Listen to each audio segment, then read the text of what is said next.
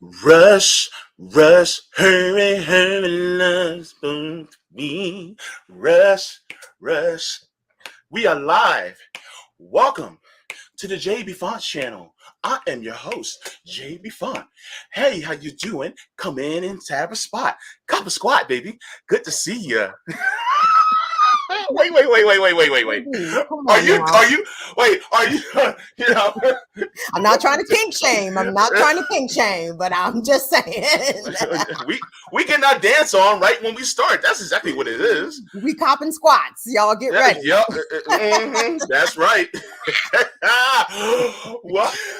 Welcome to the Jaybefaunt channel. I'm your host, James Fauntleroy. It's so good to see everybody here with me today. Just to let you guys know that the Jaybefaunt channel is also available on all major podcast platforms like Anchor, Apple, Spotify, and Google Podcasts, so you can subscribe to me there. I'm also part of the Revolutionary Blackout Network, so you can find me on the JB shows at Sundays at 1 p.m. Eastern Standard Time, and as well as the RBN Live on Tuesdays at 4 p.m. Eastern Standard Time, and the Savvy and JB show on Thursdays at 6 p.m. Eastern Standard Time. I'd like to give a shout out to all my patrons on Patreon, as well as the patrons on Coffee, because without you guys, then I would not have no lights on. Let's be real. People don't show up, bro. People them. I love this community. I love it. I love it. Yes, they do. I got an the audience, and a lot of our audience, cross between us. They're loving. Really? And yeah, definitely. Like, they care a lot. I think that part of that is because we try to surround ourselves with people who are very compassionate and kind, because that's the type of world that we want to see. A more compassionate, kind world. Because if you look at the way things operate, really, to everybody who's pretty much watching, like, I'm looking at all the names here. It hurts their heart to see what people are in this world are going through. I would agree. A bunch of empaths. A bunch of empaths, a bunch of sensitive empaths, yes, who hopefully tote the pistol when necessary. But yes, I would agree, JB. Like, shout out to the Fire fam who was in here. I see you checking in, and they know. First of all, I mean, how Burn It Down with Kim Brown even came to be is that we were experiencing a layoff from a news agency, and the channel was birthed, and we've been on almost 2 years, I guess, this winter, somewhere in there. And cool. I mean, we're growing. It's still, you know what this YouTube slog is. It's a slog at the end of the day. I mean, listen, if we were talking about Justin Bieber and fucking Will Smith, and you know what I mean? Like, oh, popping. But like, because we talk about real, actual subjects that affect people's lives, have to deal with politics and society. I think that YouTube, in its algorithm, I think de-emphasizes that kind of content depending on whom it's coming from. If it's further left than the Democratic establishment, then sometimes people have problems picking up traction, especially if you are non-white and non-male, so like and non-cisgender, non-hetero, like those are legitimate obstacles to overcome, even in the digital space, and maybe perhaps especially in the digital space. You see my eyes, right? Is that right? What is that? Wait. What's that look when Black people give when you say something base and we're just like like, come on. like like like we say, that part. That part. Yeah. So if you guys didn't know, right, if y'all stuck under a rock right now, my special guest today is Miss Burn It Down herself, Miss Kim Brown. That's right, Brown. Say it with your whole chest. Say it with your whole chest. Burn it down with Kim Brown. Like, Like, for real? Say it with big chest. Say it With with big big chest chest. energy. Big chest. Yes. Oh, you know what I'm saying? Vertigo, Rick round. Yes. Sorry. I told you we were gonna have fun on the stream. Y'all, we weren't lying. Nope, we weren't. I forgot to let people know that we were live. I forgot to tweet it out. Oh, look, shit. get on the Twitter machine and tell everybody right now that we're live because we're talking with Kim Brown. Let them know, because the thing is that I'm too busy right now having fun.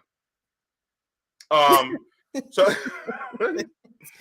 Yo, I'm telling you, now I'm on Twitter. Hold on, now I gotta put her and then do the fun things, push the buttons. But JB, I am so honored to be here. I really dig you. I dig your show. I dig your energy.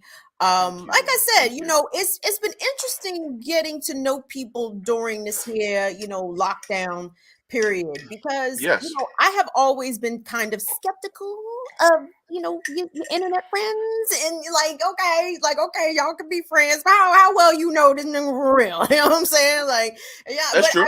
I feel like I have been able to glean into whether or not people are good or not good, and I'm hoping that reflects in the YouTube company that I keep, because I try not to be on no bullshit, and I'm not perfect at that. Let me be clear, but I do be on some bullshit sometimes, but not intentionally. Of course, yeah. But I mean, you've been on my show before, and I dig you. Like, I like you. Like, I like your energy. There's something about you. I can't put my finger on it, but you exude good vibes, JB. So I am so appreciative to be here. Thank you. I'm gonna say something that was said in private conversation, but look, we love talking good stuff behind people's backs. And I'm gonna be real. Me and Sabby really like you. Oh, isn't that sweet? I like Sabby a lot too. Now I know what it is about Sabby that I like. Sabby, her roots are from Baltimore. Now I know she up in New England, but her people them from B-more City. So yes, I like Sabby Sabs quite a bit. Yes. So we've had. I'm gonna be kicking it with y'all on Thursday for the JB and Sabby show. And we're not gonna tell you guys what it's about though. Oh, because guess what? Because guess what? Y'all gonna be. This is gonna be interesting. If you guys really want to see a very interesting conversation, especially if you're white and you want to be a fly on the wall with these conversations, I'm telling you, be there 6 p.m. on RBN on the Sabby and JB show, because it's gonna be a very deep conversation. I cannot wait to have this conversation, because it's something that I think that needs to be had on the left. Like, I hear it in many social spaces, and I'll hear it among Black people, but in a Black space where we're on the left, anti-capitalist, anti-imperialist, I haven't heard this conversation. So we're about to get into it. So I can't wait for that too.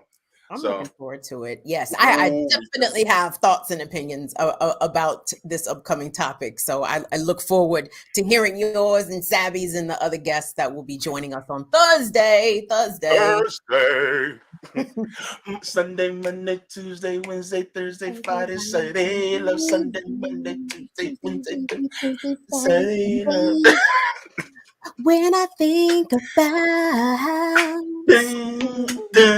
feelings can't explain. But after all this time, JB, my heart still feels pain. Oh, you took me, Pat.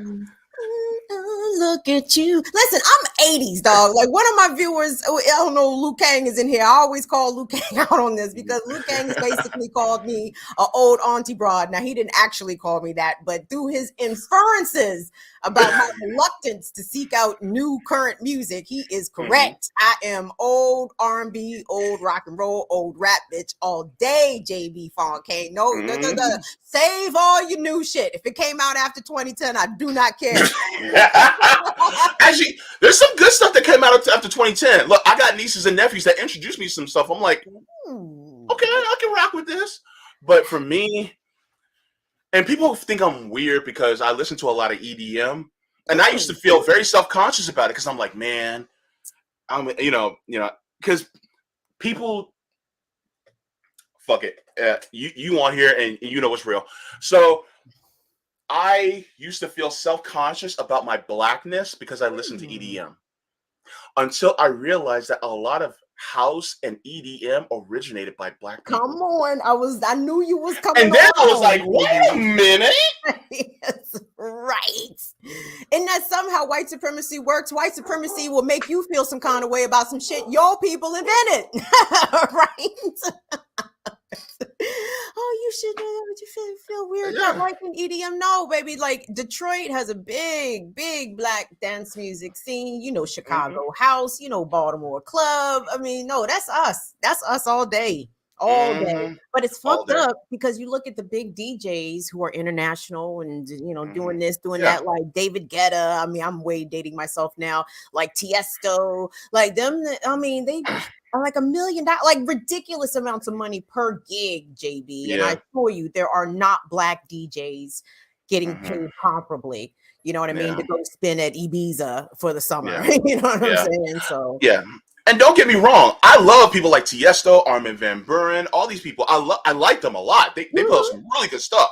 yeah. But the thing is that I don't see too many black EDM DJs. And hey, by the way, anybody who's watching, in the comments, if you guys know of any really good ones that does, especially a lot of trance, then please put them in the comments. Let a brother know so I can give them a listen, so I can, support their work. And if I like it, I'm gonna rock with it. So, let me know. But yeah, so I gotta look for them, because I don't Do really know that that. many. Yeah, Yeah. But no, yeah. that's intentional. Like that's intentional also that the Hmm. reason you don't know, black dance DJs per se that are international and have the international acclaim like these other Yeah. DJs. Like that's intentional too. The racisms, the racism. Listen, the racisms don't take a break from nothing, JB. It say no, we got to get Hmm. in here, over there. Like no, everything must be infected with this Yeah. racism virus. Yeah, racism's like roaches. It's just everywhere. Mm, Um, mm, mm, mm. she said everywhere. Terrible. Terrible. Yeah.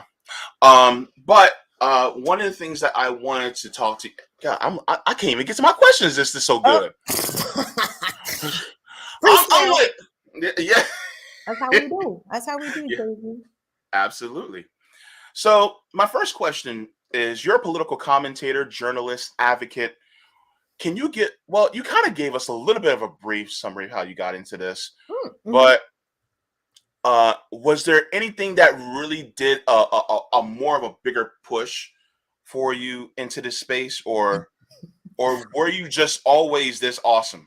Besides unemployment. Was Rome really built in a day? Kim Brown? Unemployment. And employment said, Kim, have you seen this thing called YouTube?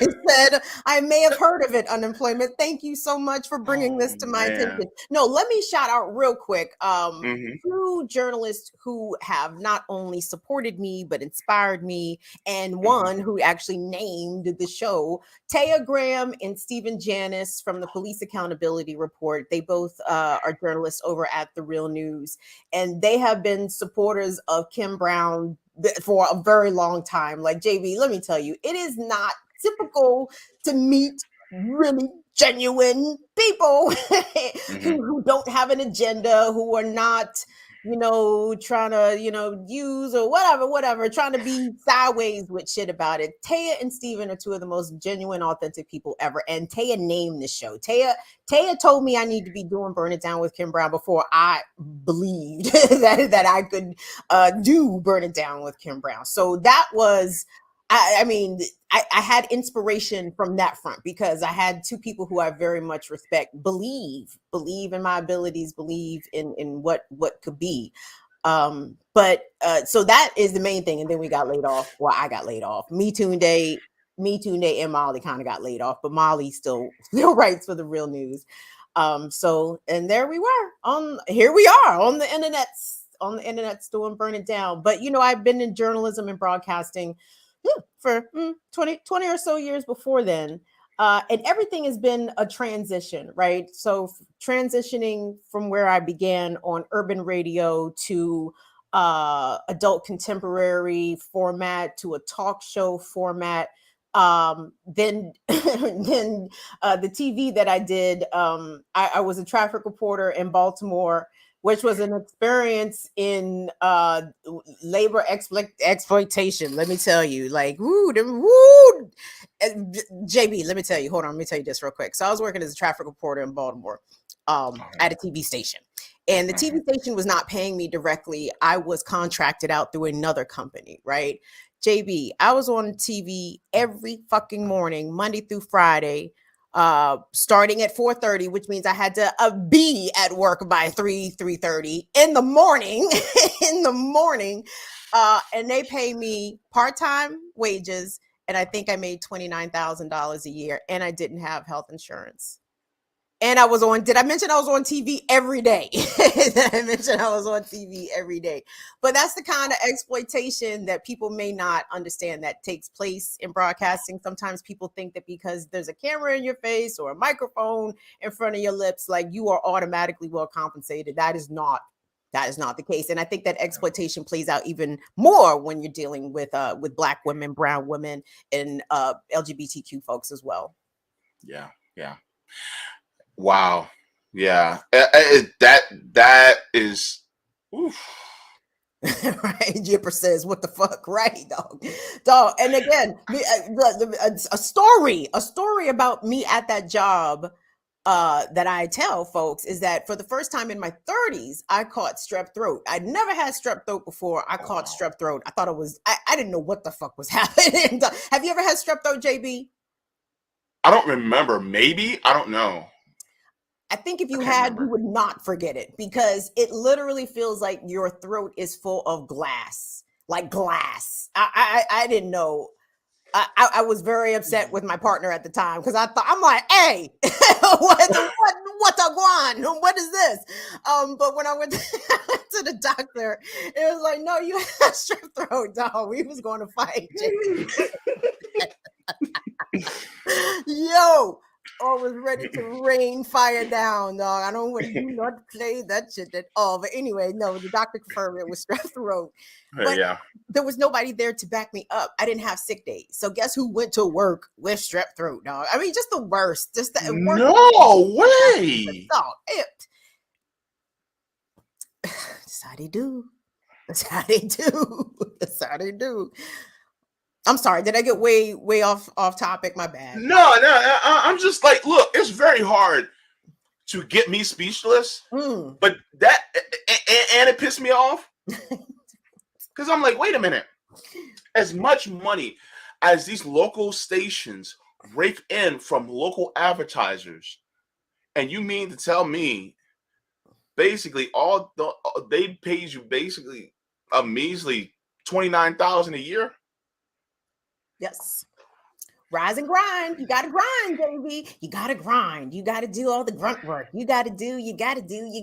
And maybe if the boss has their ass at a 45-degree angle and the moon is in a waxing gibbons phase and the winds are out of the southeast at 14 miles per hour, maybe if you kiss that ass at just the right time, under the right circumstances, somebody might sprinkle some crumbs upon you so you can devour them all. Why? Because you've been starving, because you've not been working for a living wage, and you don't have health insurance, and you're tired.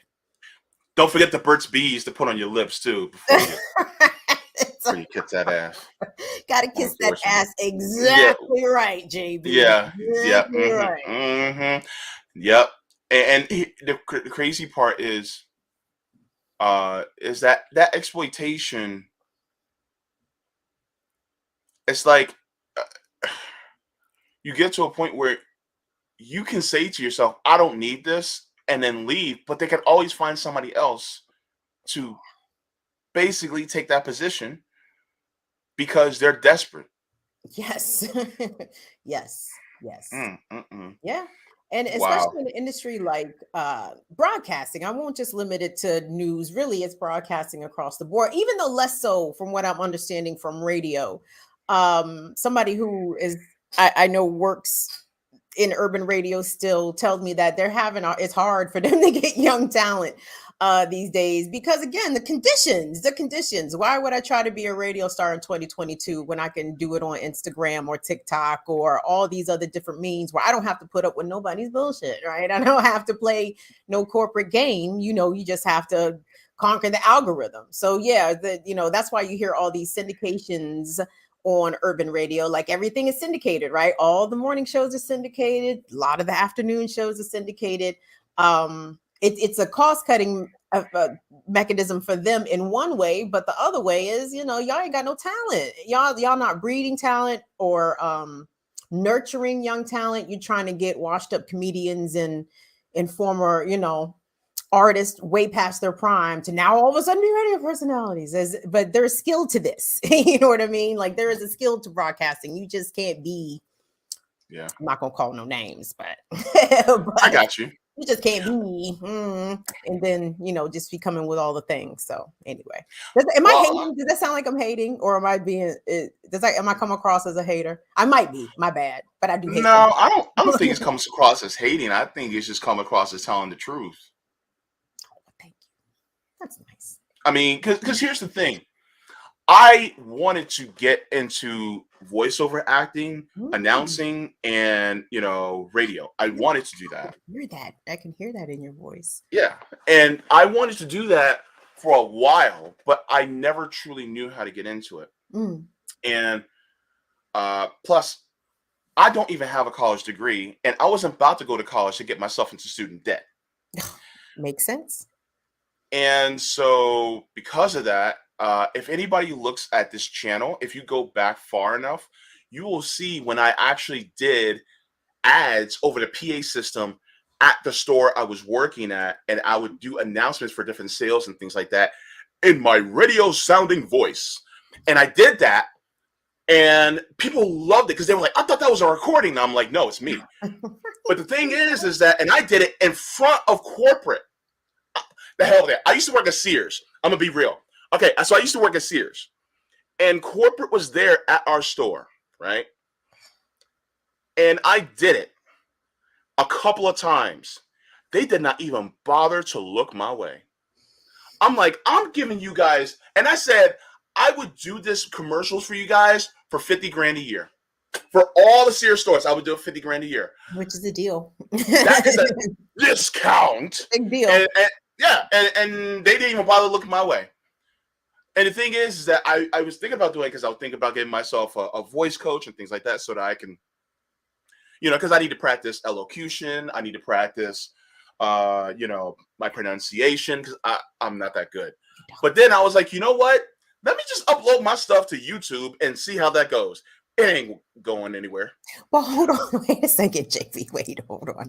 First of all, I appreciate you wanting to fine-tune your craft. That is a good perspective and a good mentality to have. However, I've been listening to, let's say, voiceover national commercials, over the past several years. I can tell that they are going for the less polished voice. You know what I'm saying? Like, you don't have to have your diction, speaking the King's English, so to speak, right? I mean, just talk because everything is urbanized, right? Like everything, first of all, hip hop sells the fucking world out here, dog. They selling using, hip hop to sell Benadryl and fucking Aspirin. You know what I'm saying? Like, so, yeah. So, I think the very proper polished broadcaster of yesteryear, I think that's a donezo. I think that's done. So what I'm saying is I think that your skill level where you are now, your natural ability, the voice, the resonance of the voice, you good to go. All we have to do is put your shit somewhere where people can hear it. I think you'd be fine. I think you'll be fine VOing right now. And just a heads up for anyone who actually might have the same insecurity as you about your lack of a college education, dog, just put that shit on your resume. They don't check. They do not check. Tell them you graduated from Harvard with honors. Okay, with honors.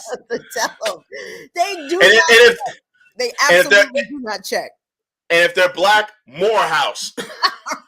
They definitely ain't checking no black school. Listen, they are okay. I just gotta take their word for it. Like, you know what I'm saying? Now, Morehouse, man. Now, don't do that if you're trying to be a medical doctor or somebody with, some sort of professional accreditation. But if you try to say you got a journalism degree, just go ahead and do that. Just go ahead and do that, and just do it. Yeah, I'd be like, do you concur, doctor? Do I what? Do you concur, doctor? That was from a movie. That was from a movie where you try to pretend to be a doctor, but he was. It was with oh my God, what's his face? He was in Titanic. But anyways. Oh, Leonardo. Yes. Catch me if you can. Catch me if you can. Perfect example. Yeah. So if I was white, I'd be lying every single day about everything. I would be scamming people out here left and right just because I could. Take advantage of that 400-year head start. You know what I'm saying? Hello, it is I, financial planner. Yes, come to me, billionaires. I have some investments for you. Yes. Let me made off your ass. You know what I'm saying? Out the rich ones, though. I don't want to take people's retirement, but No. You poor whites. No, y'all good. Y'all good. Hey, to the Bill Gates and the Elon Musk, I'm right over here, dog. We come. Hey, Elon, I got some weed too. Come on over. Elon, Jesus. Thumbs down. Can I say how gleeful I am that Bama's been having a terrible few weeks? And it looks like that Twitter deal may not gonna go through. Oh. The Twitter deal didn't go through. I'm so sorry, Elon. Boo-hoo.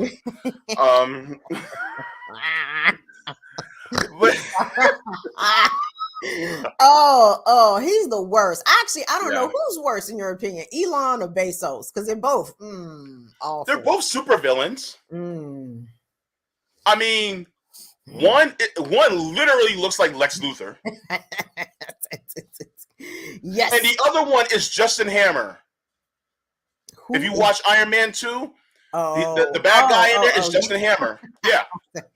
Everybody's like, Elon Musk is like Tony Stark. No, he's Justin Hammer. Okay? Never. You could never be Tony Stark. You could never be Tony Stark. And even when people want to be Tony Stark, I want to be T'Challa. Okay? Okay. Thank you. Trillionaire. No, I'm just kidding. I don't want it for the money. I just want it for the cool tech. But I'm running away from my question. Don't run away. Run towards. I want to run. I'm trying to frolic towards my questions. You ever seen a black man frolic? You about to today? Let's go. Skipping everything. I want to see it. Frolic. Yes, through the wildflowers. Woo. Yep. While wearing a dashiki. Mm-hmm. And then you got to do the Julie Andrews spin in the Sound of Music. The hills are alive with the sound of music. Oh, shout out to Julie Andrews. You want to talk about a singing white woman? A singing white woman. Tell me that Julie Andrews didn't sing down. Julie Andrews is out here singing down. Remember when she was on the Muppet Show and she was doing she was singing on a Muppet Show? My God. When we were youths or when when we were youths. Oh shit. I have to go look that up. Yeah, she did this one where it was about yodeling. She sang. I'm like, yo, Julie Andrews, what's up, girl? Andrews singing down. Let the brother find out. Sing down. Julie Andrews is out here singing down. Mary Poppins, Julie Andrews out here singing down. Just a spoonful of sugar, giving the kids dope. It was a powdery substance. Was it really sugar, Julie? Giving them kids melatonin. They too young for melatonin, Julie Andrews. Cut that out. Wasn't melatonin? We'll never know. Let's frolic towards the questions. I'm very sorry to be a constant. It's all good. It's all. It's all good. I'm gonna skip question 2 because you kind of actually alluded to that. So question 2 is actually already been answered. But question number 3 I have is, what's some advice you would give to people, especially Black and brown women who want to venture into this space?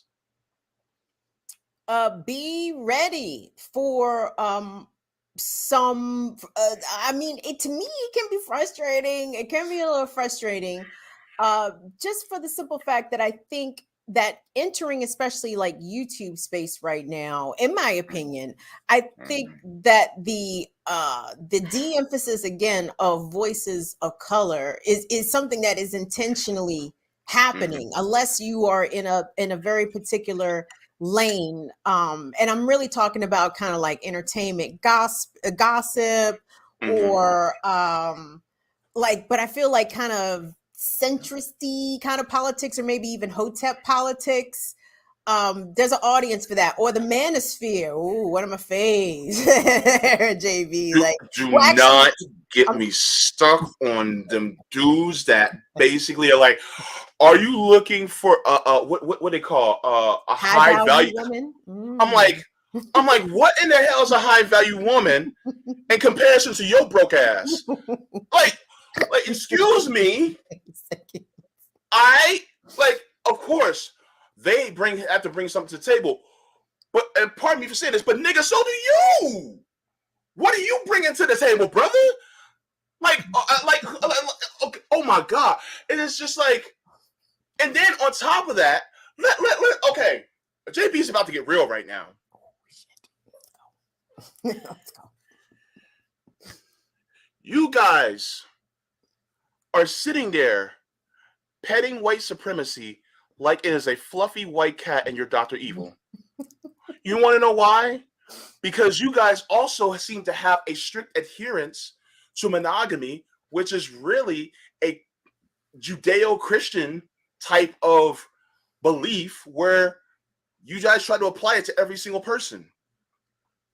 You know, that on top of this subservience of women, whereas back then, you know, when our African ancestors, it was a very maternal type culture where women were equal to men. So therefore, you're actually running away from your ancestors. You're running away from your roots. For what? Like, come on, man. Because then, you got to be kings. Kings need queens to be lesser and subservient. Can't be out here running jet. Can't be listening to your wife. You know what I'm saying? Maybe they would do a little bit better in their life if they did listen. What? Ooh, this shit gives me the chuckles. You know, because the thing is, and then the hoteps that are like, oh my god, they're emasculating all of our black men. Like, my brother, do you know how many years, how many eons of time that gays have existed, including in the black race? We ain't going nowhere. We have been here the entire time. It's just now we're sick and tired of your bullshit. So therefore, we are saying, yeah, we actually exist and we matter. That's what we're saying. And now you're getting all mad because, oh, well, they're taking all of our, you know, they're emasculating the black man. Nobody's emasculating no black man. They've been the masculinity of black men has been around ever since the dawn of time. And also, y'all need to realize that there's also a feminine side to you as well. But y'all are just too damn scared to embrace it. And on top I said what I said. Well, there's that to say that all that, but also, I mean, it's misogyny as well, because it is assuming that femme men are weak like women. You know what I'm saying? Duh. Why are you emasculating the black man? Because then make them weak like women. What the fuck? I mean, that there's misogyny and homophobia and transphobia like a sandwich. like you really can't have one without the all three part of it. Yeah. So even that emasculating of the black man is diminishing black women in that sort of rhetoric as well. But I mean, first of all, and our LGBTQ brothers and sisters and non-binaries will whip your motherfucking ass out here, okay? So do not take them for soft or for play or any of that. Possibly at your own peril. You might get knocked the fuck out. You come talking that homophobic shit to people, but but again, that's not me. That's very strong. But a lot of us, we work out now. Don't get it twisted. Half them dudes in the gym play for my team. Tell them, JB. Tell them. They don't. So you better come correct, because in the end, even though we're gay, we're still men. Don't get it twisted. Mm-hmm. All right? Come through. You know what I'm saying? Because this whole thing about, oh well, we're, you're not as masculine. Like, okay, so who said masculinity and femininity are on different planes? And what is masculinity anyway? Does that mean you don't use lotion? I mean, what is masculine? Like, what are we really talking about here? That ashy ass. You don't clean your nails. Like, what is the masculinity to what we are referring to? I'm in confusion. I remain in confusion. Like, what's the masculinity here? I mean, maybe it's just me, but I know a lot of women who love a man that takes care of himself, because that means that's an indicator that he will take care of you. I'm just saying. Yes. So I don't understand. I don't understand the standards here, JB. I don't know what the standards are. I don't understand. No, I just don't. I don't. Y'all so funny. Oh my goodness. Excuse me. All right, let me straighten up. Let me get myself together back here.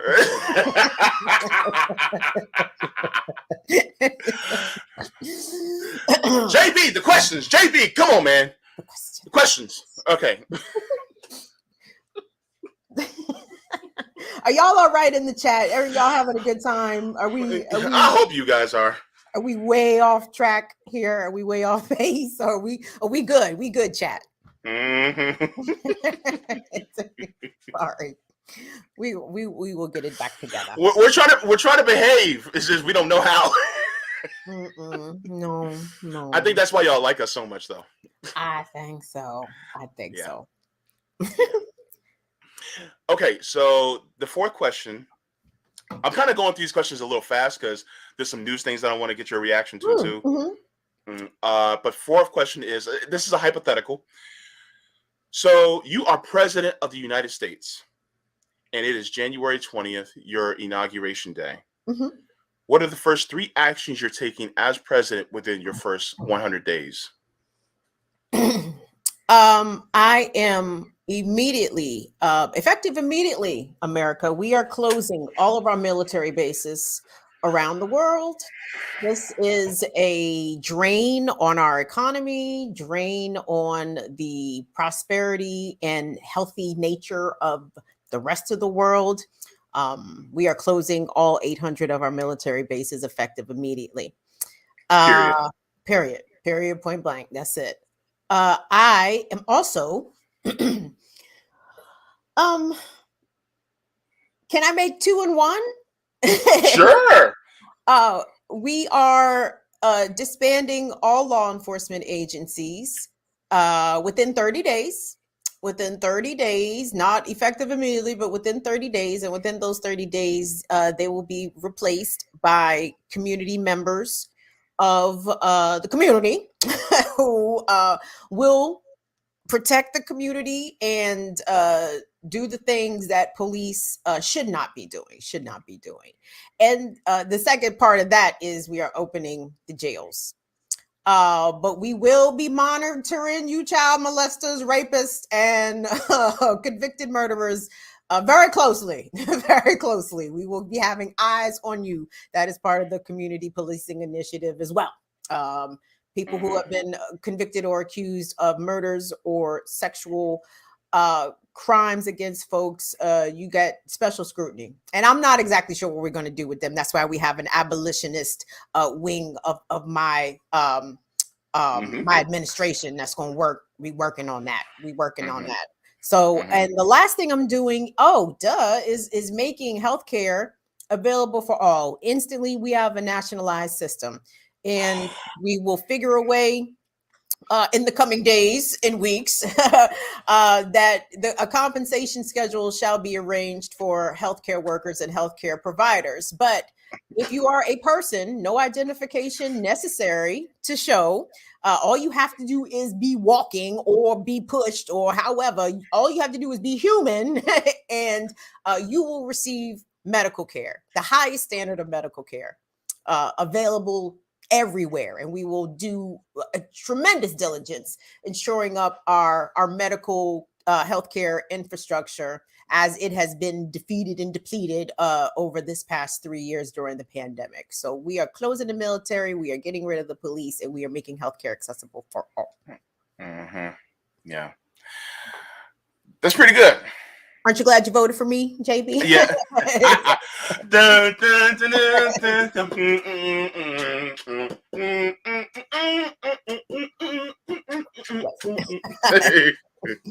I would be a good president. I'd be a good Yeah. president. And Yeah. President Brown was assassinated hours after announcing her brand new groundbreaking agenda. We have no word on who was doing the assassination. Oh, It could have been a group or a group of people. However, we are unaware of per government officials, we are unaware of who is the perpetrator in this action. They somehow got away. They somehow got away. Yep. Yeah. So yeah. Mm-hmm. Yeah. Okay. So the fifth question is: what is something that you're going to double down on this year? Because everybody talks about resolutions, and I'm like, resolutions? I want to see what y'all gonna intensify on this year. That's a really good question. I know. Because there's some things that I do that I like. I love calling out white liberals and the black bourgeoisie. Like, love it, love it. Mm-hmm. It's kind of like one of my favorite things to do. Mm-hmm. I don't know. I'm not gonna lie, and my mom and I have talked about this, but I do believe that there is some sort of surveillance happening upon me. You know what I'm saying? Like there's weird echoes on the phone lines, and it's like, okay. And I be talking shit to them too. Please trust and believe, dog. I be talking shit too. Like if I hear something like a weird sound on my joint, I'm like, dog, you surveilling me. Meanwhile, Kieran, Austin, and fucking Dakota was running amok in Coeur d'Alene, getting ready to cause ruckus at the family pride parade. Like, stop worried about me, alphabet boys. Like, I ain't the one. You pay attention to your cracker ass cousins and be worried about them. So I said that to say I'm going to double down. I'm going to double down on calling out the police, calling out the ineffectiveness, the impotence of police, the uselessness of police, and calling out the politicians who continue to call for more funding, more training, more equipment. Like, fuck off. Like, at this point, if Uvalde didn't make it crystal clear, literally for anybody, for everybody, even if you were a Blue Lives Matter or the police serve a function, after Uvalde, you have to say, like, absolutely not. Like, they're 40% of a city budget, motherfucker, ain't no way, dog. Ain't no way y'all should be expecting anywhere close to that in the next, the fiscal year. Like, don't even think about it. So ain't no way.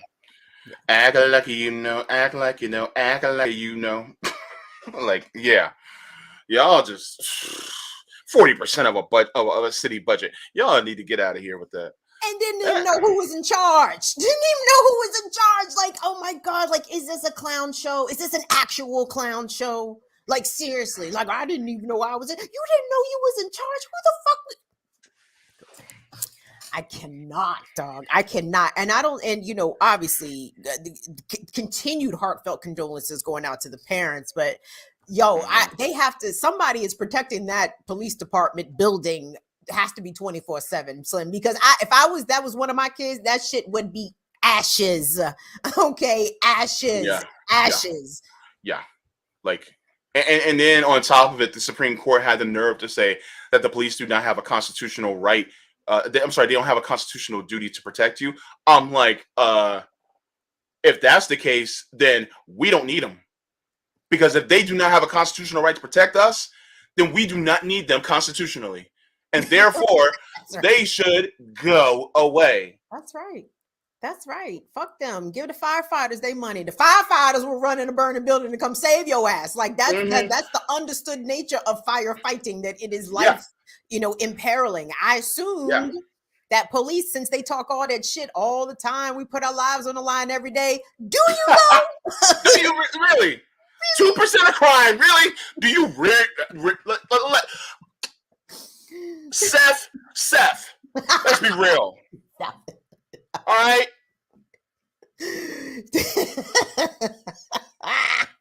Y'all actually put your lives on the line. Look, pulling over Kehlani because of a broken taillight and then shooting Kehlani in the back because they decided to walk away from you and they're unarmed is not actually putting your life on the line. Nope. No, it isn't. No, it isn't. I'm like, sir. No. What are you saying? What are you saying? And give me a badge and give me a gun because you ain't doing nothing with it anyway.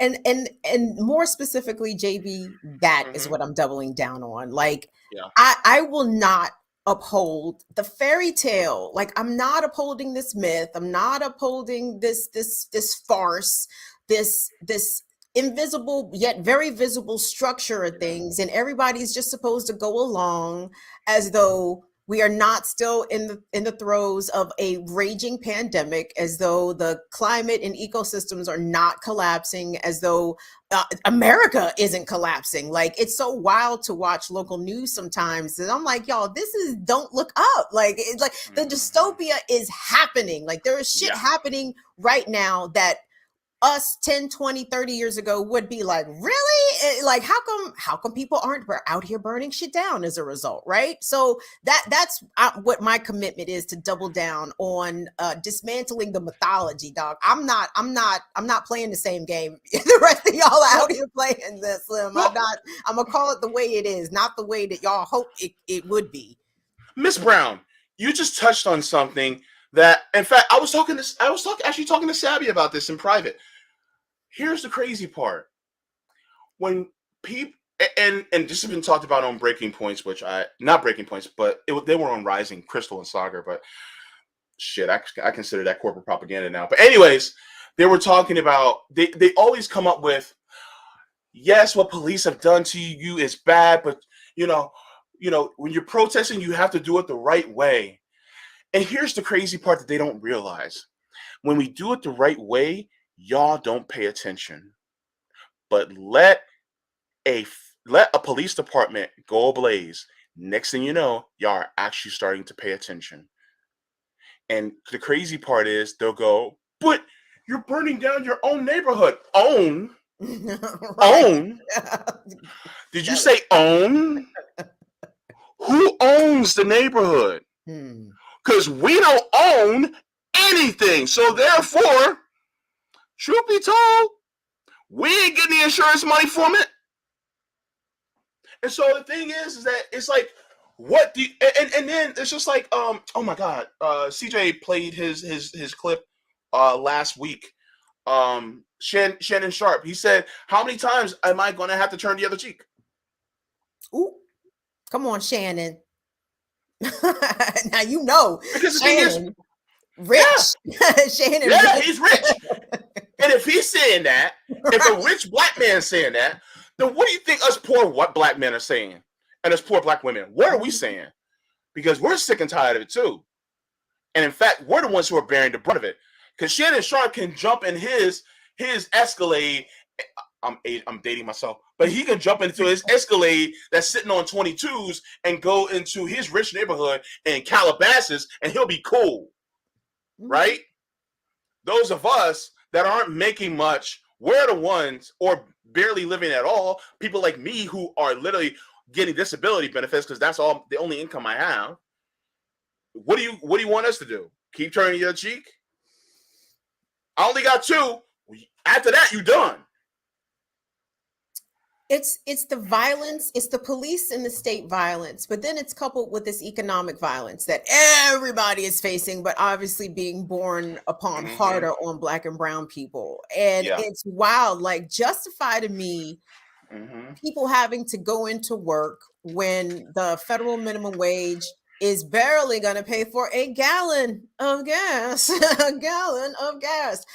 And with the, I mean, JB, I mean, places that were once thought of as affordable are not affordable anymore.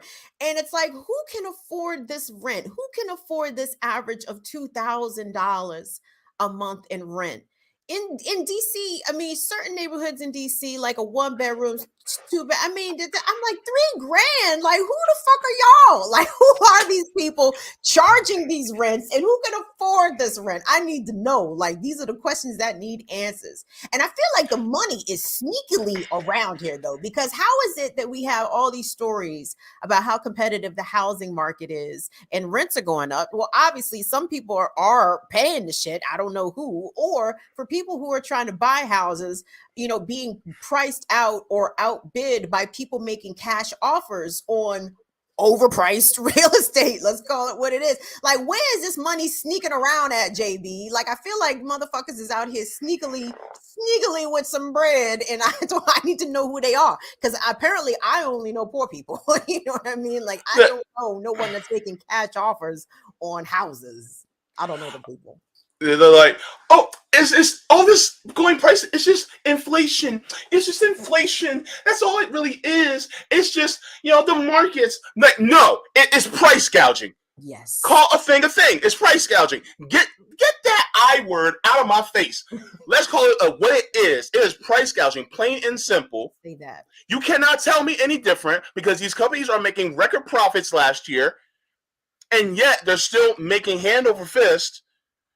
Right now, they didn't lose money. They're making even more than what they did last year. And guess what? They're doing that because that's what capitalism does. Mm-hmm. It has to increase every single year. You can't make the same last year as you did this year, even though business was great that last year and business was still great this year. You still got to make even more than that this year in order to please the shareholders. And then next thing you know, well, things get more expensive, and then the cost of living actually skyrockets. Did you learn that in retail? Because I learned that in retail. That was one of my earliest capitalism lessons before I even had a real good grasp of what shit was. But I used to work in the mall. I was a mall broad, right? When I was in community college, because, broke, nigga. I couldn't go straight to university. That was not happening. So anyway, my community college years, JB, I worked at Columbia Mall. I was in Columbia Mall. I worked at Columbia Mall in Columbia, Maryland. And I worked at Wilson's. Well, it was called Georgetown Leather at the time. I worked at Macy's, and I worked at this women's clothing store called Gantos. And I think the most I ever made might have been like 8 hours. Shit, I was balling there. I think I made like maybe $8, $8.25. Anyway, but that's a long time ago. I said that to say that was my first retail lesson, understanding that their sales projections for today are based off what sales were on this date last year. And the expectation is always that the sales on this day compared to this day a year ago are always going to be more. Like, they never have negative sales expectations. It's always more. And I remember thinking, like, being very puzzled by that as a young person. Like, that's kind of strange. Like, why do y'all think y'all gonna make more money every day? Like, that's not even that's not feasible.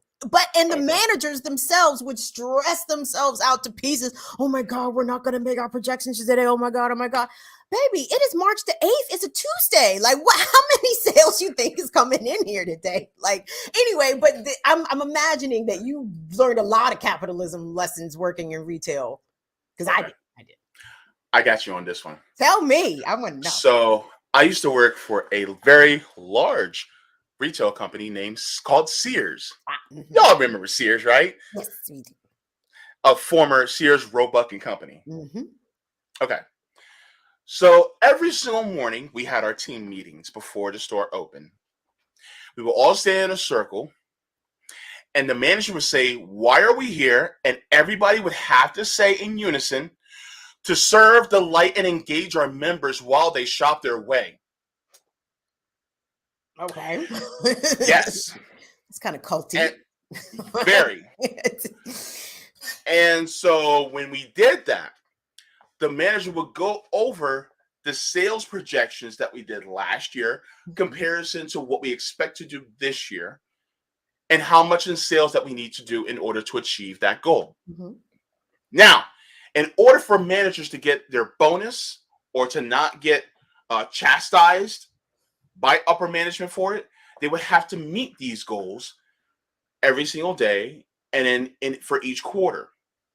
That being said, if they were behind the 8 ball, then the district manager will be on their ass. Then the general manager will be on department head's ass, and the department heads will be on our ass.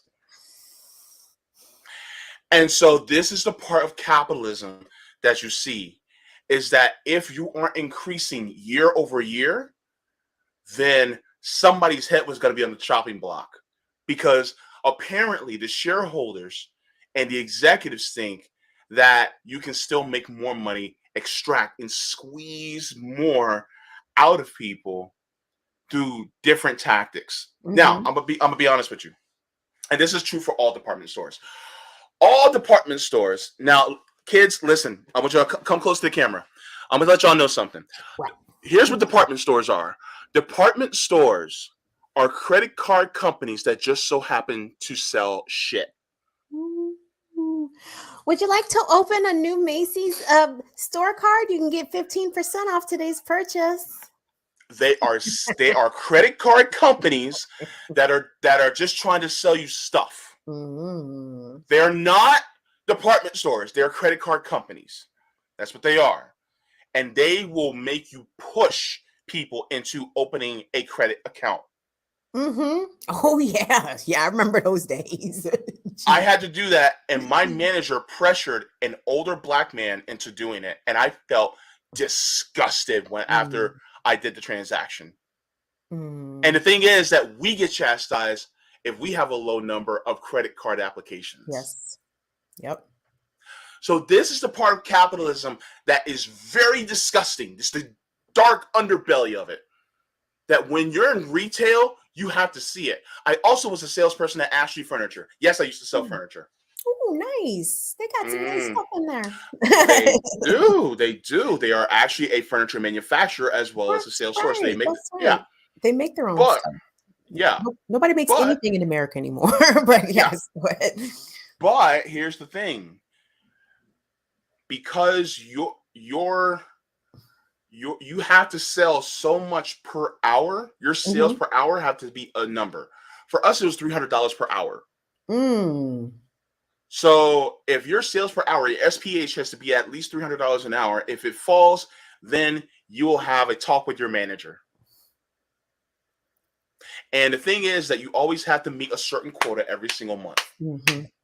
That quota for us was we had to pull in on a 4-week month. We had to pull in $60,000. On a 5-week month, we had to pull in, I think, $85,000, something like that. It was like $20,000. Yeah, $20,000 a week, basically. Per sales associate or per sales associate? What? And we've had people who sold over $1 million a year in those stores. So with that being said, you have to do tactics in order to push people or to move people into buying all the time. And the thing is that some customers were jerks because they knew that you had to be a jerk in order to get the sale. And basically, they really don't care as long as they get the sale and the product gets delivered, then the money's in their hand and they're good. And the thing is that that's one of the reasons why I had to get out of sales, because it just killed me. And I was just like, no, I can't do this. I'm done. I can see that, because I think it's hard to be an empathetic person and to like be a salesperson at the same time, because like you said, like I mean, you're pressuring people. People just come to the store literally to mind their business, dog. I just want to get a shirt. That's all. You know what I'm saying?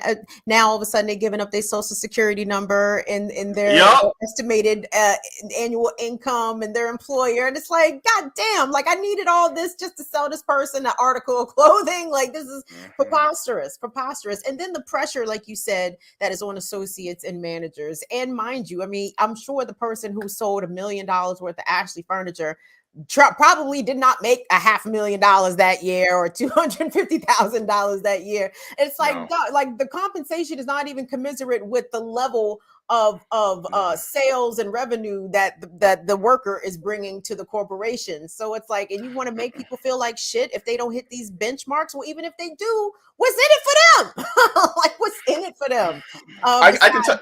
The least amount that actually would want to part with some of their pennies in order to retain people. So Oh, I can tell you right now. If somebody was $1 million salesperson, they were bringing home a little over 100,000 a year.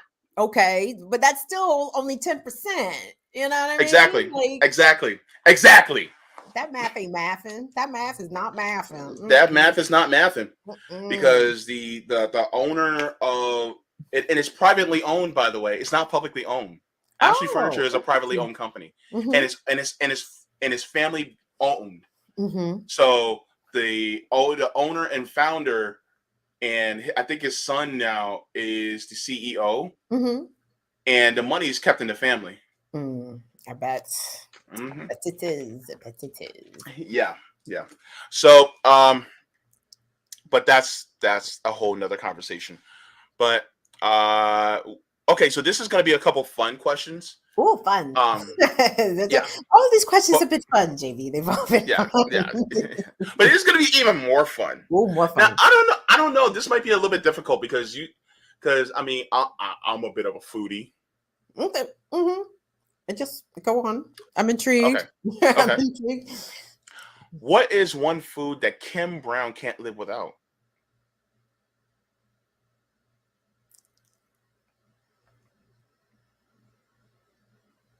So I am in a interesting period right now because I'm trying to cut back on dairy.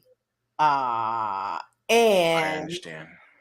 yeah. So one of my favorite foods. Look, I hate to be giving plugs 'cause I think white people own this restaurant, but they're nice white people, so let me not shit on them. But anyway, out in Maryland, there's a restaurant out in Bowie called Jerry Seafood. And they have the most amazing, like that. If you ever come to Maryland, there's two places in Maryland that have exceptional cream of crab soup. One is a Ooh. spot in where is that? It's called Jimmy Seafood, which is in Essex, so that's Baltimore area, and in the DC area in Bowie, it's Jerry's Seafood, and that's where I go on my birthday, JB. Right, so I get my cream of crab soup, and it's usually good. I had it recently and I thought I was going to blast off the commode. I was like, wait a second, wait a second, wait a second, because it's very creamy, it's very rich. Like they use cream, they use butter, like it's Oh all Lord. the artery clogging things, right? Like, Oh my but this Lord. is the first time I've actually had a physical reaction eating it. And I don't think it was anything wrong with the restaurant because they've always been on point. I've been eating there for years. I think it's because I have cut back on dairy. And my sister was like, what the fuck is this? You know what I mean? Like, what is going on here? So there's the other food, it's actually not a food, but it's a drink that I can't live Hmm. without is Oh, kombucha. I am a kombucha queen. I am a kombucha queen. kombucha. I Never love had that. kombucha. GT's kombucha. Because all kombucha is not created equal. Like some of it is harsh tasting. Mhm. There's actually, they even make some hard kombucha that it has some alcohol content in it, like maybe 9%, 8% something alcohol. But in the regular store, I don't know what you got in Florida. Y'all got Safeway? What you got? Shoppers Food Warehouse? No. We have Publix, Oh, Save a Publix. Lot, Ooh, Winn Dixie. Yeah, Win Dixie. Publix. Win Dixie.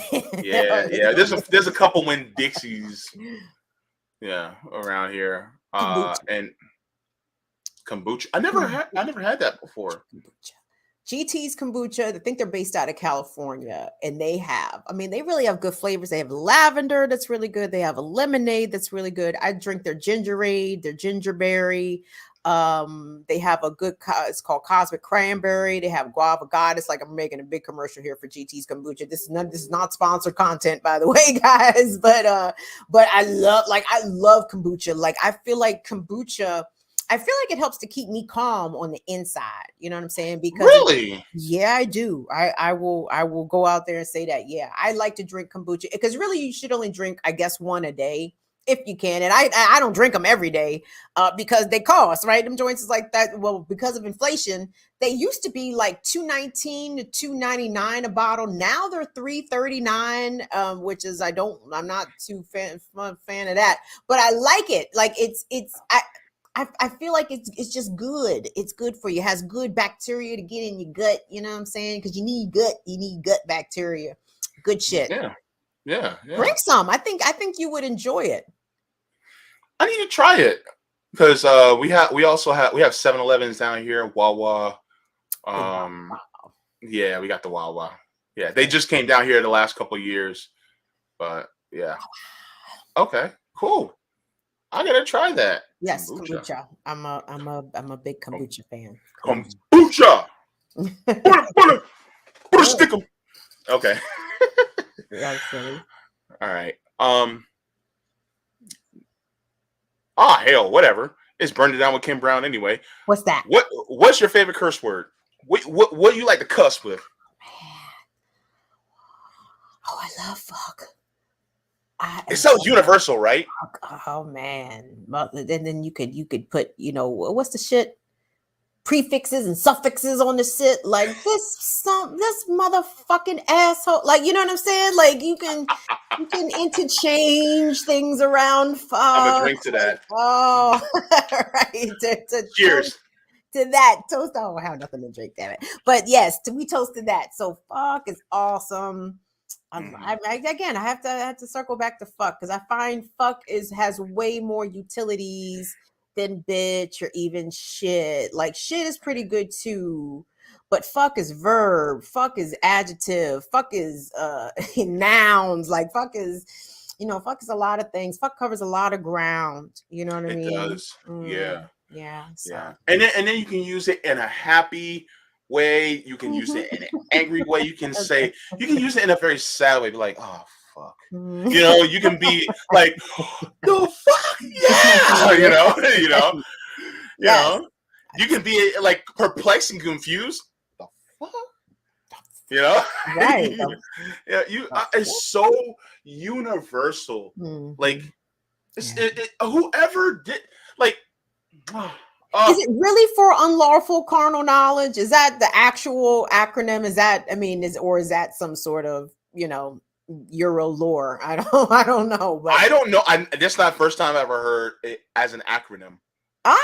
Okay. So that's how I know I am older than you, JB. So in the day, Van Halen with who was the second singer for Van Halen? Don't tell me, chat. Don't tell me. I'm not gonna look. Sammy Hagar. Right, one of the albums that Van Halen did with Sammy Hagar was called For Unlawful Carnal Knowledge, and that was the reason given. I remember seeing that interview on MTV. Hagar and Van Halen were like, "Oh yeah, well we wanted to name the album Fuck, but the record label wouldn't let us name it Fuck." And then someone told them that For Unlawful Carnal Knowledge was the same thing. So that's my only true reference to what fuck might actually have a definition for. So if the more learned folks in the chat know better, please let me know. Oh, I had no idea. Yeah. As the Jamaicans would say, you learned me something. Are you Jamaican, JB? No, I'm New Jerseyan.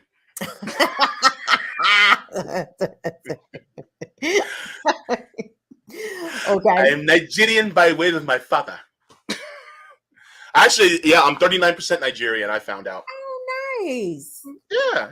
Are you Igbo or Yoruba? I don't know. Don't know. No, actually, there's an African ancestry that goes by your maternal gene, and so you can do that. But I can't afford it. But I definitely want to do the African ancestry I know one of the celebrities that got behind them was Sinbad, for African ancestry. Yeah. I would love to do that because my aunt sent me the ancestry.com DNA kit, and that's how I found out. But a lot of times they go by paternal, but African ancestry goes by maternal. So I want to find that out, and it really leads like a direct line. It's really interesting how you can go through maternal and it actually pushes. It's so good. I really want to do it. I hope one day I can do it. I want to do it for me and my mom because my mom's really interested in it too. So yeah. Yeah. My last question. This is gonna be deep. Now we're gonna get a little deep here. Deep. Yeah. But you know what? I think I can hardly speak. Oh, I'm sorry. That's weak. My bad. I'm sorry. Continue. I'm sorry. I'm see, gonna now be you got me quiet. dancing over here now. I lose control. Takes hold of me. Amazing love. Oh, JB, I want to sit on your lap. Will you tell me a story? I just want to sit on JB's lap and put my head on the shoulder. JB, tell me a story. I'm sorry, this lap is only meant for a couple of dudes. You know what I'm saying? Well, let him sit on one leg. I sit on the other leg. You just tell a All story. right. Look, I'll treat you like you my baby sister. I'll be like, okay. There once was a princess named Kim. She lived in this beautiful, beautiful castle in the country of Wakanda. Wakanda forever. Hold on, what's this deep question? Because now I'm nervous. Okay, it's nothing to be nervous about. But okay, I'm just gonna ask it. Yep. So you lived a long life, and you're now on your deathbed, reflecting on your life. So don't get me started. Don't get me laughing. I'm trying to be serious, Kim. Okay, I'm listening. I'm sorry. Damn you. Continue. I'm having too much fun. I'm having a blast. But you got me going like Rick James. I'm sorry, Charlie. I was having too much fun. I was having too much fun. Oh man. Okay, I've lived a long life. I'm on my deathbed, and I'm upset about the people that I did not cuss. So I'm asking my attendant to please do the Google and find this one, that one, and get their phone number or find their social medias because I'm about to cuss them real good before I check out of here. Let me get my Twitter fingers, arthritic Twitter fingers ready. I'm about to cuss. Is that what I'm talking about, James? Before I kick the can, I got something to say to you, motherfuckers. Oh. Hey, you remember back in 1997? That's gonna be me. When we were at that SWV concert, when you faded me, right? I got some things to say. I gotta get off my chest. So I'm not leaving until the things are addressed and out.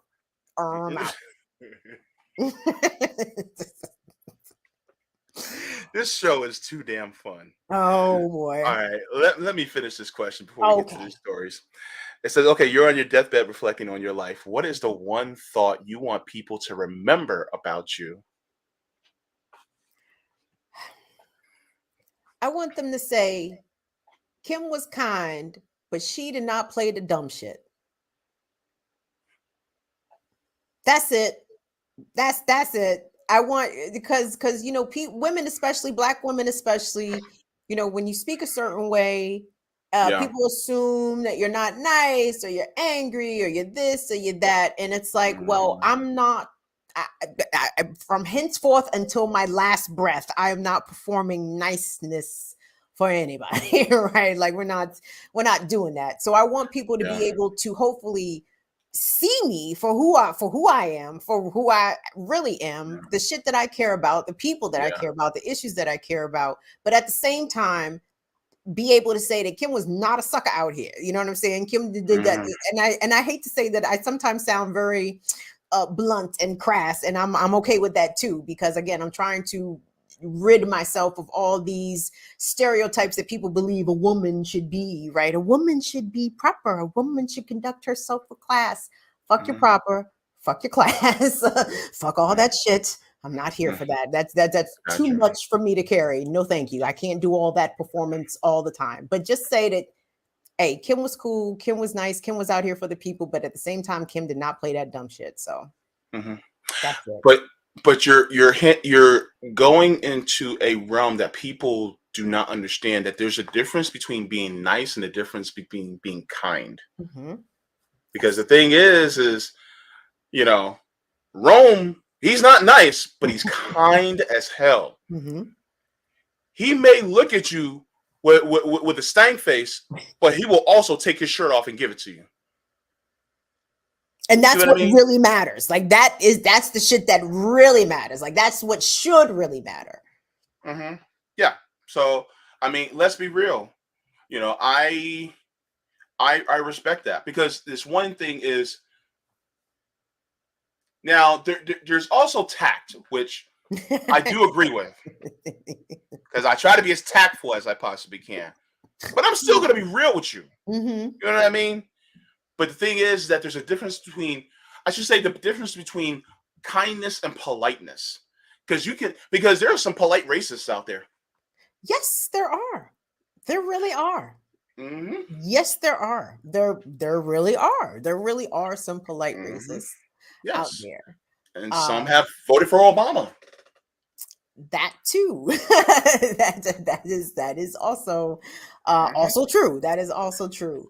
I don't know. Like I don't know, JB. Like I've been in spaces where people just assume that because of their status, their economic status, or social status, that they command a certain level of respect. And I don't mean like me go up and just intentionally be mean or rude to people, but I may not pay them the same deference that they feel as though they are owed, right? Like, you know, again, I'm maybe not kissing their ass enough, or not kissing it at all, whereas everybody else in the space is doing exactly that. And then you're the weirdo. Like, how come you're not kissing ass? Like everybody else is in here kissing ass. It's like, well, you know, that's not the kind of respect I'm trying to earn just by, you know what I'm saying, acknowledging that this person is my better, my social better, my financial better. Like, to me, that shit doesn't make any difference at all. I'm unconcerned with people's wealth, or you know what I mean? Like, it's like that does not render you a good person or a person worthy of respect. You know, like whatever. So I agree. The people who earn your respect are people who show the most kindness and compassion. Those are the heroes. Those are the celebrities that should be in our minds. I agree. And the thing is that it's just like, oh my God, that's a CEO. He's a VIP. I'm like, no, he's not. He is not no VIP. You know who's the VIP? The people who are cleaning the toilets, the people who are stocking the shelves, the people who are working the register. Because without them, you wouldn't have shit. They are the VIPs. And so therefore, if you're not going to treat them good, let them walk out on you and see what you got. See what you got. So this is why when it comes to the servers coming to my table, I'm very nice, I'm very gentle, and I'm very accommodating. When it comes to the cooks, I say, do your best and take your time. Not too long, because I'm hungry. But take your time. Especially the cooks, though, right? Like, I used to be a line cook. I went to school for culinary. I know what it's like, right? I used to work with servers, so I know what they go through. So the thing is that, look, if you're going to deal with the people who are the bottom rungs, no, they're the foundation. You don't want to crack that foundation. The moment you crack that foundation, everything else comes tumbling down. So I agree. I agree. Because I've been there, done that. Been there, done that. I worked a lot of jobs, JV. I worked a lot of jobs. And most of them in my younger years, because I was obviously not politically savvy, in the sense that I did not recognize my exploitation, right? Yeah. So there was a lot of jobs that I did that I was really low paid for, that I should have been paying way more now that I think Yeah. about it. It's like, God damn, like y'all let me watch people's children and you're only paying me $7. You know what I mean? Like y'all, What? like this is outrageous, like outrageous. Anyway, outrageous things. But anyway, but I mean, just think about the way that $7. girls, in particular, I guess, but y'all correct me on this if I'm wrong. But when it comes to like babysitting, like young girls are socialized very early to learn how to care for children, right? Like, oh no, you 10, 11, 12, you gonna be babysitting somebody, even if it's not a relative of yours. There is an adult willing to pay you something to come watch their kid as even a preteen, you know what I mean? So anyway, yeah. Crazy. As if boys can't be nurturing too. Thank you. Thank you. I don't know, but again, but that goes to the socialization, right? Like boys, men are incredulous of their sons or the boys in their life like doing quote unquote women's work, right? Like I know a father, or I know a couple whose someone got the child, 3 to 4 year old child, like one of those kitchen sets, like one of those, little kitchen joints. Father freaked out, JB. The father, my son he ain't gonna be no cook. He ain't nobody. I'm like, dog, do you know how much chefs make? It's like, what are you even saying? Like, I'm sorry. I mean, it's just preposterous. Some of the shit that's still out here in Okay. the year of our Lord 2022. All right. You know how a lot of black people are now saying "my brother in Christ" before they say something. Well, not everybody's a Christian, so I'm gonna say my brother in Thor. Let me tell you something. All right. my brother in Amun Ra. Let me tell you something. Go to any restaurant right now and go into the back and look at the line. What is the majority of people that are cooking on that line? Black and brown men. We all have testicles. Right. So you mean to tell me that, just because your son has an easy bake oven, somehow it emasculates him? Try telling that to all them dudes that are back there in the back of this kitchen line cooking. Go on the Food Network right now. How many dudes that you got in there with chef jackets on that are cooking? Where did the phrase "bam" come from? Did it come from a woman? I'm sorry. Do you know who Gordon Ramsay is? A dude? Like, come on now. Like, this gives me so mad. Because look, it's like, hold up. Like, I don't care if you give a baby doll to a boy, because guess what? What if he wants to become a pediatrician when he gets older? What if he just wants to be a stay-at-home dad? What the hell is wrong with that? Look, fathers, if you love working on your car and you got a daughter, bring her out there and bring her out of the hood with you. Okay. So that if in case she gets stuck on the side of the road, she knows exactly what to do. No more damsels in distress. How about that? No more gendered roles for children, period. Like we need to eliminate that. You know what I'm saying? Like your kid can be anything that they want to be. Like, don't put limits on the shit. And a lot of times, some of those earlier boundaries and restrictions, like, oh, girls don't do this or boys shouldn't do that, that comes from the family. You know what I'm saying? That's not that they don't encounter that in society first. They encounter that either from mom or dad or members of their extended family. They're like, oh no, don't do XYZ, because that's not what little girls do. Yeah. Yeah. And you know what what pisses me off? Especially when boys get to a certain age, their fathers start just shaking their hand. I'm like, wow. I'm like, wait a minute. So you're letting 10, 15 years of time change from giving them a hug to just shaking their hand? Why? Like, look, let me have a son. He'll be 35 years old. I'm still giving him a hug and a kiss on the forehead. I'm like, nah, nigga, you come here and give me a hug. Right. Give your old man a hug, because guess what? That's what I love you. And I'm gonna say it out loud. Like that. Look, one of my favorite parts of, have you ever seen Spider-Man Into the Spider-Verse?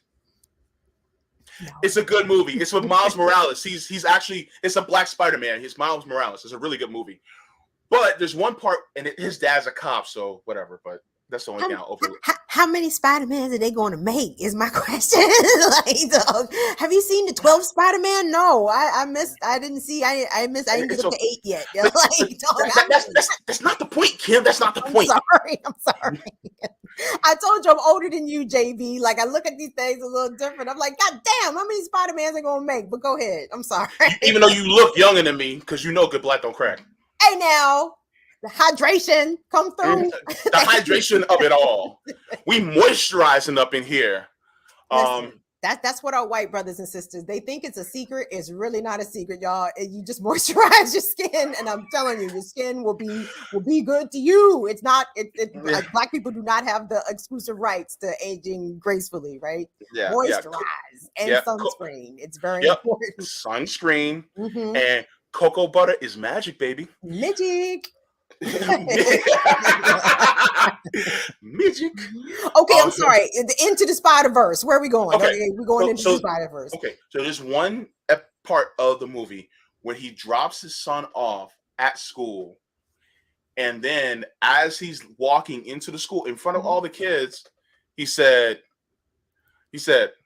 "I love you, Miles." On the PAs, you know how they have the thing that they can speak out loud through the police squad car. Yeah. And he did that in front of everybody. He says, "Now say I love you back." And he's like, "Dad." He's like, "I love you, son." He goes, "I love you, Dad." He goes, "That's a copy." And I'm like, yo, do not make your sons afraid to say I love you. Do not be afraid to hug or even give your sons a kiss on the cheek or the forehead. I don't care if they're 17, 18, 19. I don't care if they're 25, 35, 45. Do it. Let them know how you love it. Because some of us also need words of affirmation as part of our love language. Hello? Absolutely. We're men, not machines. We have hearts. Let's be real, people. And so this whole like patriarchal, it's not even, it's going from patriarchal to mechanical. That's what it is. And it really just makes me mad. It grinds my gears.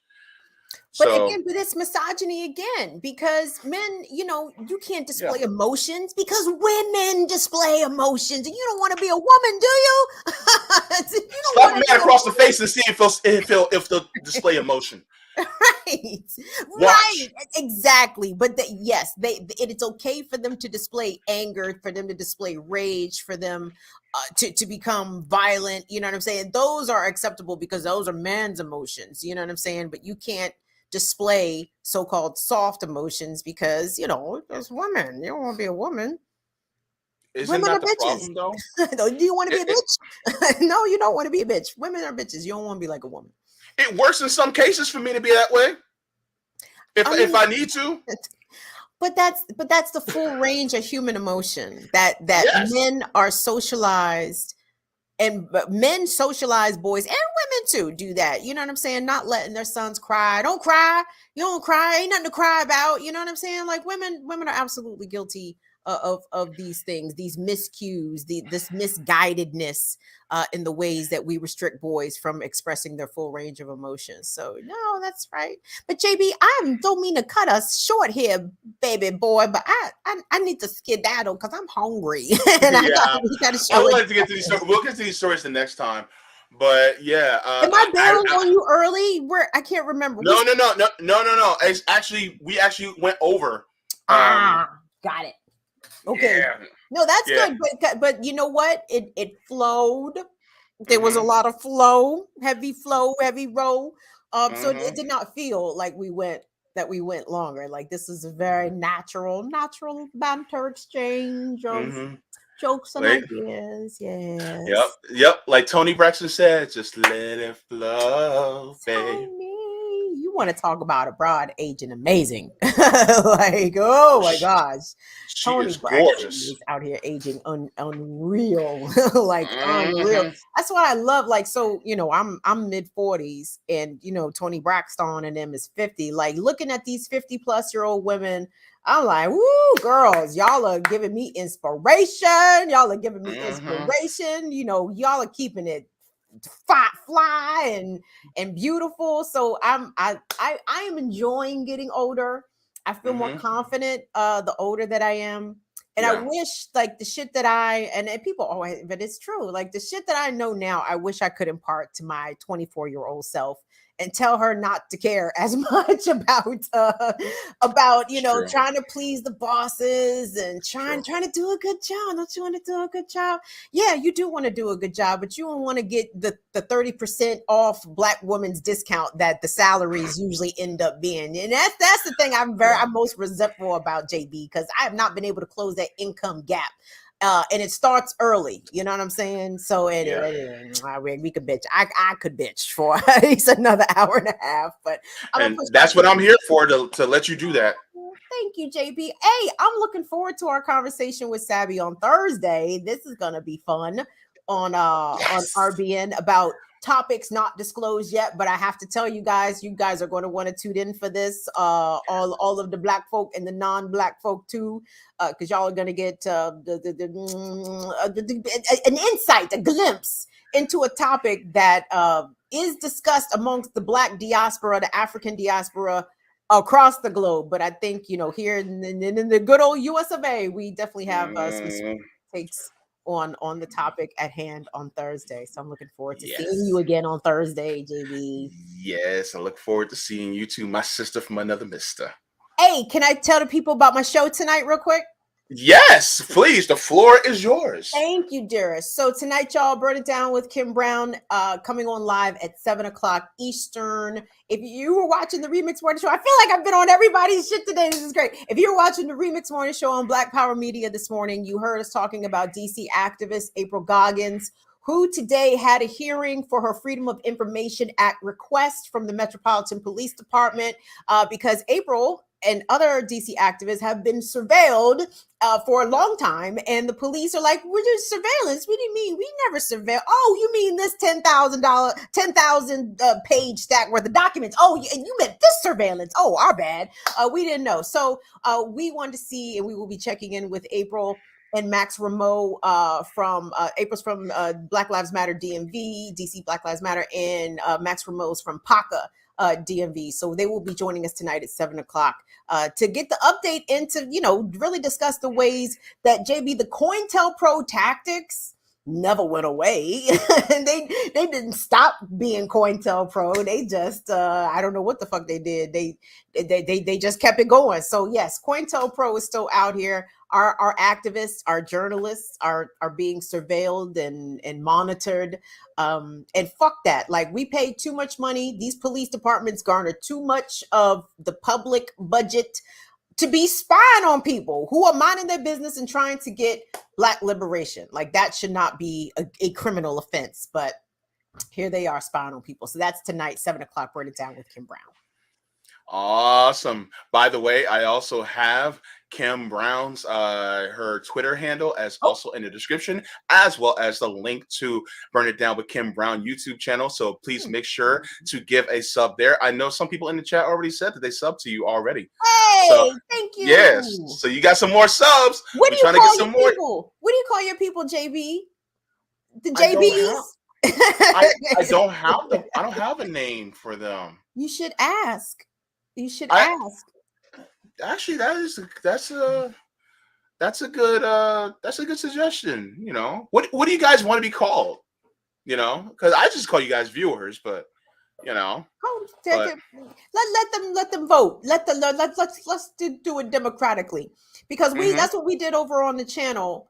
And Fire Fam was the accepted thing, and then afterwards, we even the person who suggested Fire Fam, we was like, I don't know about Fire Fam, but because we already voted on it, we was like, well, fuck it, it is the Fire Fam, it shall be. So that's what we do over on BIDWKB. But I'm like, yeah, what we call JB's folks, JB's. Yeah. Because JB's was tight. I mean, you know what I'm talking about, see. But then you may not know what I'm talking about because you are a wee fucking baby. I know that you're a little baby out here, Jaybefaunt. You could be my nephew. Nah. See, my brother's, my brother's probably a little bit older than you, so yeah. I'm And wait, what's today's date? Okay, in about a week and a half. In about a week and a half, I'll be 38. So. Oh, are you a Cancer? Yes. Barely. Yes, Yeah. me. Yes.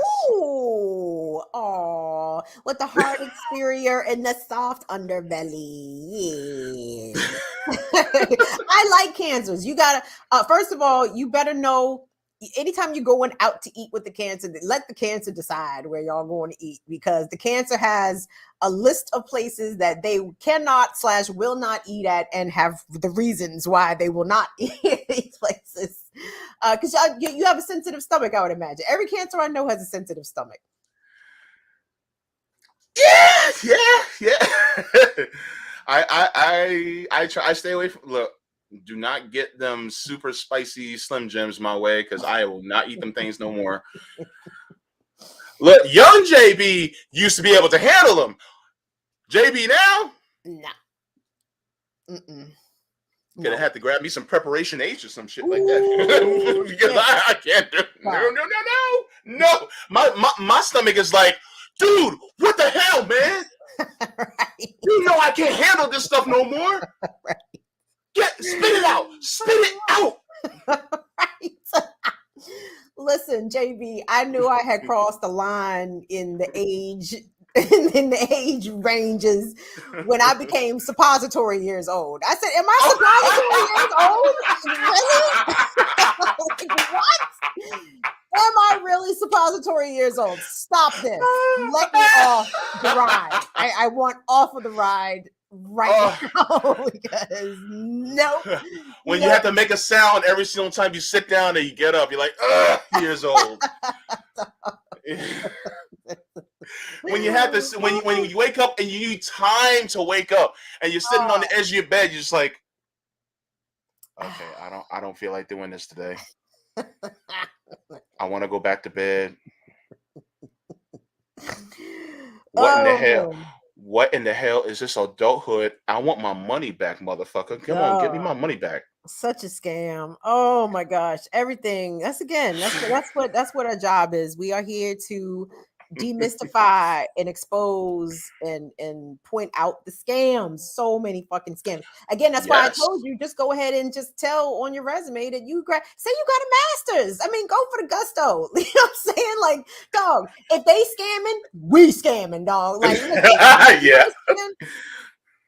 Get you a degree from Harvard that you never paid for, baby. Watch what I tell you. Like, oh, Mr. Font, Harvard. Yes, Harvard. I went to Harvard. Yes. Oh, it was fun time. I loved Cambridge. You know what I'm saying?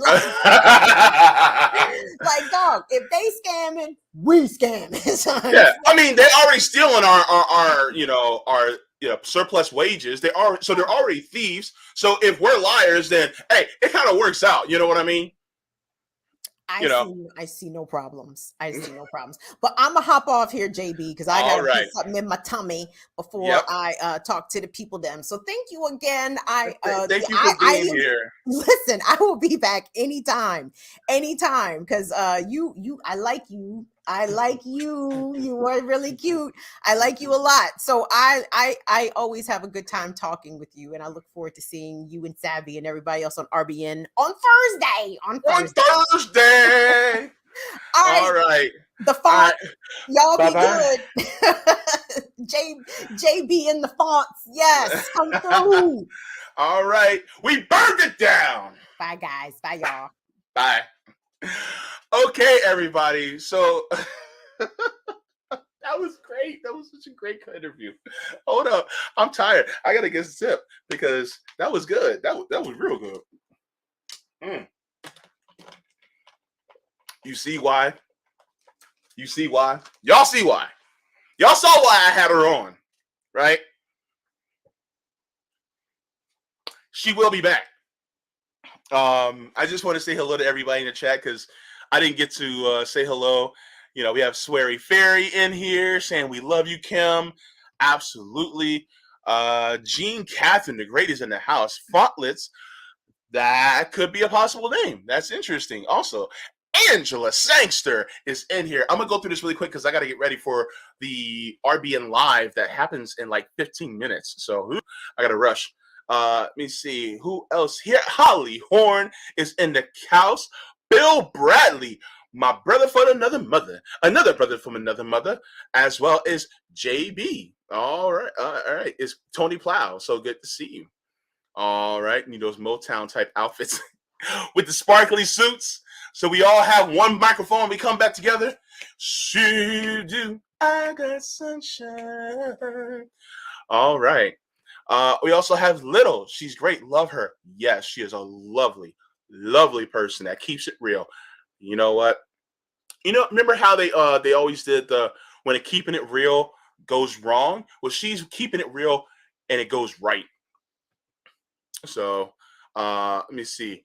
You have Bryce Smith is up in the house. I'm trying to see anybody else who's been in the chat. Super Patriot, so good to see you. Yipper99 is up in here laughing his behind off, and I am glad to see you laugh because that brings me life. We have Lula in the house, so good to see you as well. Let me see. We have Waba said Dutch people really like potato because we like eating frugally. Oh, interesting. All right. Who else is in here? Cape Socialist. All right, as well. Who else we got up in this here? I'm looking at creative experiments, of course. All right. Let me see. Les Bones. So good to see you here in the chat as well. Um Baba Yaga Forest Dweller says, I have cinder blocks that you can make to a rocket stove with 4 cinder blocks and what it takes. I have a little charcoal grill. I do gas for cooking, also like a little camping folding device. Hmm. You know what? I like cooking with flame. I like cooking with flame. You have Yasmin in the chat too. Oh yeah, yeah, yeah. Oh, there's some other people that's gonna be in there too. You just have to wait and see. It's gonna be good. It's gonna be good. Terry Connolly is also in the house. So good to see you here as well. All right. Who else? Who else? Who else? Who else? I'm trying to make sure I get to people who I didn't get to say hello to. Um, I love how chatty my viewers are because you guys are brilliant too, man. Always sending me some. Oh, John Kipper is in the house, also watching today. All right. Let me see. I think I saw Nick, my RBN homie, in the chat earlier. Let me see. Still no pickles bubble bass. It says, "How's the hango, bro?" I caught me mate slinging cheese houses when I told him to stop. He nailed me with one in the head and ran. What the hell? Oh my goodness! I hope it wasn't government cheese, you know, because you only get that stuff once a month, and you gotta make sure that you don't lose that. CBC voter is also here. All right, let me see. Let's go. Let me see. Oh wait. Z is in the house too. Okay, that's what I'm talking about. All right, and let's continue to scroll up. Jenna Colby is in his house. All right. AG is also in here. Let me see. Hello, Danny. So good to see you. Gore, son of none. You see, I take pride in being big guy too. I have been carpenter, sheetrock, logger, trucker, and a mean sucker. You made that rhyme. You made that rhyme, brother. All right. Little is also here as well. I think Sabby have gotten into the chat. Uh, Rakesh, I don't want to mess up your name. Uh, Lucretia Williams. I hope I said that correctly. But so good to have you in the chat joining us as well. If you're still watching, I know I'm kind of going up from the past up here, but uh, it is so good to see all these people in the chat. So, and oh, Radical Leftist Agenda, I just saw you. I just saw you. Good to see you. Okay. You got Kinsey Jones as well. Great Tanine. Oh, we got some new people up in here. Okay. There we go. There we go. My brother from another mother. All right. All right. Extra Booyah. That was also in the house. Lucky Burrito as well. We have a Miguel. All right. Savvy Sav also came in to say hello. Okay. All right. Everybody was in the house. Good to see every single one of you. J Hive. Oh my goodness. Oh no, let's not do that. Let's not do that to them. Uh-oh. Oh, wow, but thank you so much. I appreciate it. I try to be as I try to be, it's just, people look, people have a tough time living in this world. And you want them to at least have their world a little bit better, even if they can sit with me for 2 hours and then just enjoy their day a little bit more. It makes it all worth it because we're all suffering in some way, shape, or form. Sometimes you have to laugh to keep yourself from crying, right? So that's one of the reasons why I also I love to laugh. That's me and my family. We love to laugh. So that's how it always been. And so I want to bring that to everybody here. But yeah, you see. So I am going to head out. By the way, just to let you guys know, I just want to give a huge thank you to Kim Brown for joining me as well. It was a pleasure and a privilege to have her join me today. If you guys are not subbed to her channel, then please make sure to sub. I'm going to be leaving in about 8 minutes.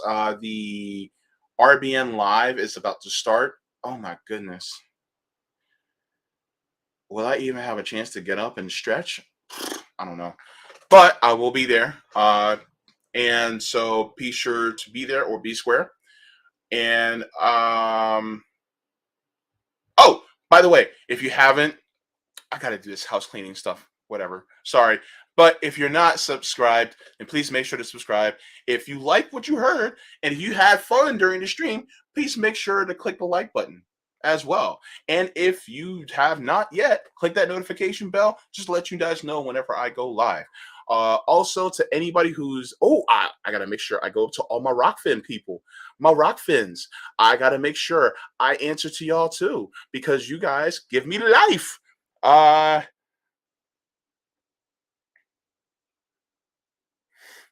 Yep. Leonard Trust Fund. It's so good to see you all here. Leonard Trust Fund said, "You got 4 cheeks, JB. We all do." Are you trying to say I'm cheeky?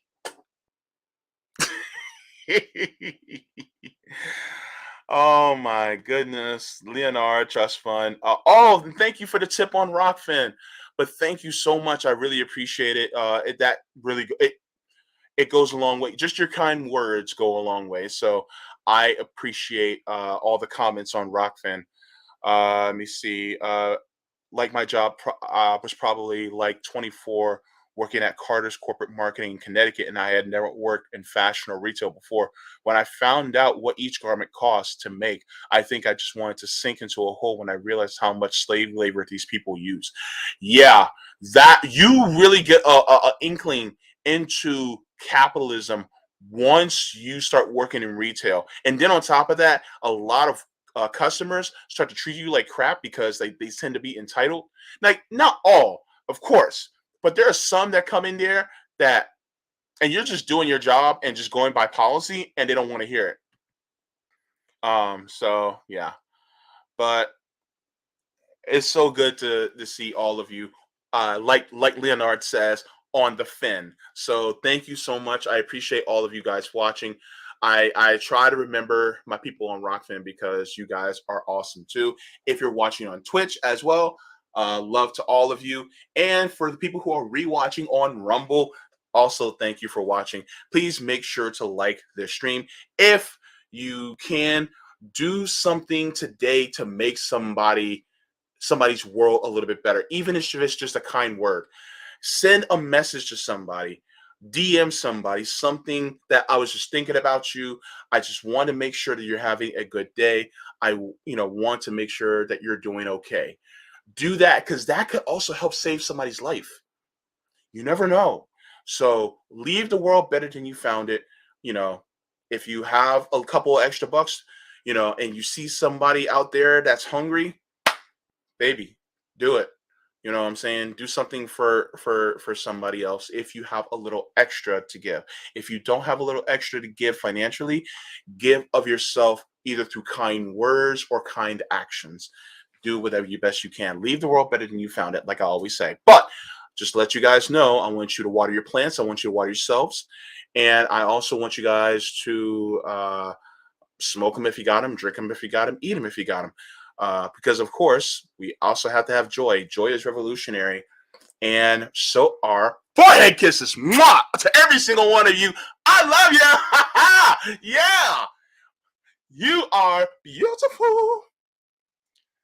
Can't you see the most beautiful girl in the